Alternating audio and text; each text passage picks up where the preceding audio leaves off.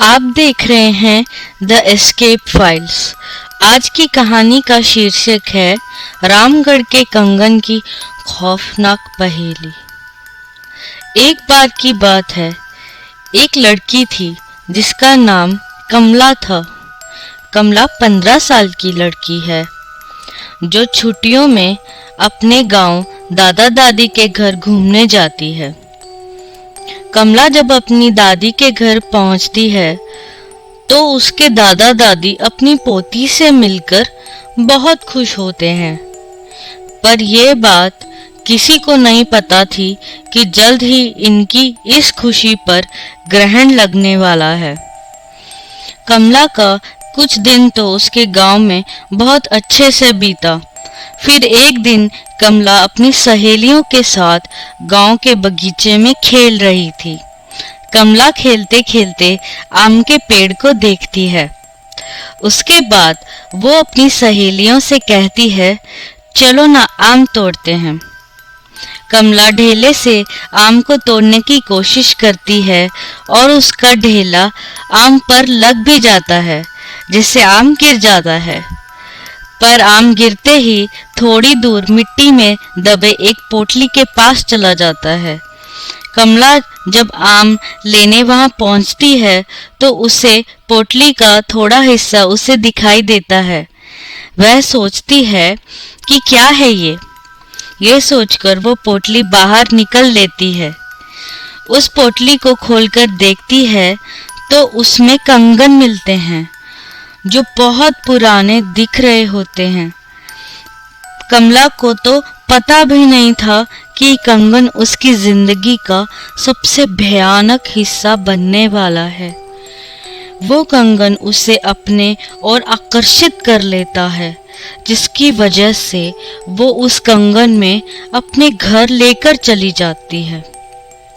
घर आकर वो ये सारी बातें अपनी दादी को बताती है और वो कंगन भी दिखाती है। फिर दादी ने जो कहा वो सुनकर कमला डर से कांपने लगती है। दादी कहती है कि वो पोटली कोई आम पोटली नहीं थी, वह एक चुड़ैल की पोटली थी। तुमने कंगन उस पोटली से निकालकर उस चुड़ैल को गुस्सा दिला दिया है, वो तुम्हारे पास जरूर आएगी। कमला डरते हुए दादी से बोलती है, मैं समझी नहीं दादी, वो क्यों और कैसे आएगी? दादी ने बोला, ऐसे ही पोटली में भटकती हुई आत्माओं को कैद करके जमीन में गाड़ा जाता है और तुमने उस पोटली को जमीन से निकाला है और उसका कंगन भी तुम लेकर आ गई हो। तुम इस मनहूस कंगन के साथ उस चुड़ैल को भी अपने पीछे ले आई हो। ऐसी भटकती हुई गुस्सैल चुड़ैल अपना बदला लेती है। वो चुड़ैल भी हमसे अपना बदला लेने जरूर आएगी। कमला इस बात से डरती तो है, पर उसे ज्यादा यकीन नहीं होता। वो जाकर अपने कमरे में सो जाती है। उसे रात के करीब 1 बजे उसके कमरे की लाइट जलने बुझने लगती है। कमला की नींद खुलती है तो देखती है लाइट नहीं है। वो अपने बिस्तर के बगल रखे टेबल पर पानी पीने के लिए मुड़ती है। तभी वो देखती है कि टेबल के पीछे कोने में कोई औरत बैठी है, जिसकी आंखें एकदम लाल हैं और एक टक उसे देखी ही जा रही है। कमला चिल्लाते हुए अपनी दादी के पास जाती है, पर दादी के कमरे में दादी उसको नजर नहीं आती।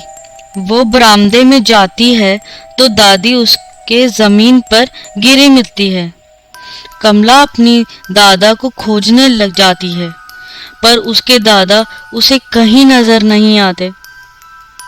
जब वो पूरे घर में अंधेरे में खुद को अकेला पाती है तो डर के मारे बेहोश हो जाती है। सुबह उसकी नींद खुलती है तो अपने दादा दादी दिखते हैं। वो अपनी दादी को सारी कहानी बीते रात की बताती है। दादी बोलती है, हम दोनों अपने कमरे में ही थे। दादी सब समझ गई। उन्होंने बोला, ये सब चुड़ैल का किया है। वो कंगन उस पोटली में वापस रखना होगा। वरना वो यहाँ से नहीं जाएगी। कमला बोलती है, चलो ना दादी, अभी कंगन रख आते हैं। दादी बोलती है, नहीं, उस चुड़ैल से पीछा छुड़ाना है तो तुम्हें अकेले ही, वो भी रात में जाकर, उस कंगन को वहां रखना होगा, क्योंकि वो तुम्हारे पीछे है। कमला हिम्मत करके कहती है, ठीक है, मैं जाऊंगी। दादी ने बोला, ये सब वो चुड़ैल इतनी आसानी से नहीं करने देगी। इसलिए दादी ने उसे रात में जाने से पहले एक मंत्रों से युक्त ताबीज उसके हाथ पर बांध देती है। अब कमला रात होने के बाद अकेले बगीचे की तरफ निकलती है।